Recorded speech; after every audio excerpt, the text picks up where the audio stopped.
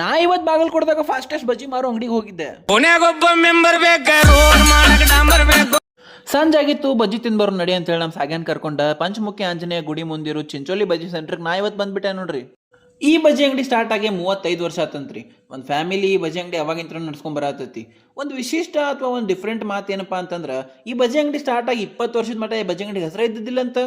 ಆಮೇಲೆ ಈ ಬಜ್ಜಿ ಫೇಮಸ್ ಆದ್ಮೇಲೆ ಏನಪ್ಪಾ, ಮಂದಿಗೆ ಸಿಗೋದು ಕಷ್ಟ ಆಗ್ಬಾರ್ದು ಅಂತ ಹೇಳಿ ಈ ಬಜ್ಜಿ ಅಂಗಡಿಗೆ ಚಿಂಚೋಳಿ ಬಜ್ಜಿ ಸೆಂಟರ್ ಅಂತ ಹೆಸರಿಟ್ರು. ಅದು 15 ವರ್ಷದ ಹಿಂದೆ.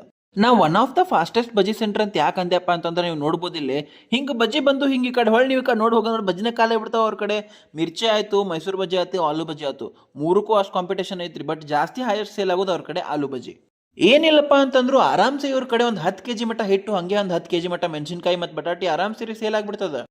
ಬಾಕಿ ಡೇಸ್ ಎಲ್ಲ ಓಕೆ ರೀ. ನೀವೇನ್ರ ಶನಿವಾರ ಬಂದ್ರಪ್ಪ ಅಂತಂದ್ರೆ ನಿಮಗೆ ನಿಂದ್ರಾಕ್ಸದ ಜಾಗ ಸಿಗಂಗಿಲ್ಲ, ಅಷ್ಟು ರಶ್ ಇರ್ತದೆ ಯಾವಾಗಿದ್ರು. ನಾವು ಶನಿವಾರದ ಲೇಟ್ ಹೋಗಿ ಒಂದು ನಮಗೆ ಮೈಸೂರು ಬಜ್ಜಿನ ಸಿಗ್ಲಿಲ್ಲ ರೀ. ಅದಕ್ಕೆ ಆಲೂ ಮತ್ತು ಮಿರ್ಚಿ ಟ್ರೈ ಮಾಡಿದೆ.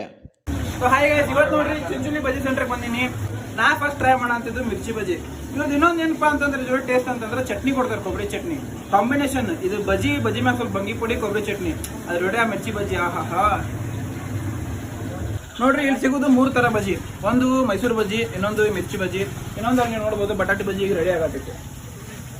ಸೊ ಈಗ ಮಿರ್ಚಿ ಬಜ್ಜಿ ಅಂತೂ ಟ್ರೈ ಮಾಡೀನಿ, ಬಟಾಟಿ ಬಜ್ಜಿ ಟ್ರೈ ಮಾಡುವ ಬರ್ರಿ. ಆಲೂನು ಸೇಮ್ ಕಾಂಬಿನೇಷನ್, ಕೊಬ್ಬರಿ ಚಟ್ನಿ ಮ್ಯಾಗ ಬಂಗಿ ಪುಡಿ. ಇದ್ರಾಗ ಆಕ್ಚುಲಿ ಮಿರ್ಚಿ ಮತ್ತು ಮೈಸೂರು ಕಂಪೇರ್ ಮಾಡಿದ್ರೆ ಹೈಯೆಸ್ಟ್ ಸೆಲ್ಲಿಂಗ್ ಆಲೂ ಐತಿ ಇವ್ರ ಕಡೆ. ಭಾರಿ ಟೇಸ್ಟ್ ಐತ್ರಿ, ಟ್ರೈ ಅಂತೂ ಮಾಡ್ರಿ, ಫಿಕ್ಸ್ ಹೇಳ್ತೀನಿ. ಬಂದ್ ಹೋಗ್ರಿ, ತೊಗೊಂಡ್ರಿ, ತಿನ್ರಿ, ಮಜಾ ಮಾಡ್ರಿ. ಬಾಯ್ ಬಾಯ್. ಅಲ್ಲ, ಹೋಗೋಕ್ಕಿಂತ ಮುಂಚೆ ನಮ್ಮ ಮುನೇರು ಹೆಲ್ಮೆಟ್ ಬಗ್ಗೆ ಏನು ಹೇಳ್ತಾನೆ ಕೇಳ್ಕೊಂಡು ಹೋಗ್ರಿ. ಗಾಯ ಸೇಫ್ಟಿ ಇರಬೇಕು, ಕುಂತಲ್ಲಿನೂ ಹೆಲ್ಮೆಟ್ ಹಾಕೋಬೇಕು, ಮಕ್ಕೊಂದಾಗೂ ಹೆಲ್ಮೆಟ್ ಹಾಕೋಬೇಕು. ಸೇಫ್ಟಿ ಅಂದ್ರೆ ಸೇಫ್ಟಿ. ಅಯ್ಯೋ, ಡಬಲ್ ಮೀನಿಂಗು ಸರ್. ಯಾವ್ದು ಡಬಲ್ ಮೀನಿಂಗು? 1 2 3 4 ಹೊಸ ಬೆಳಕು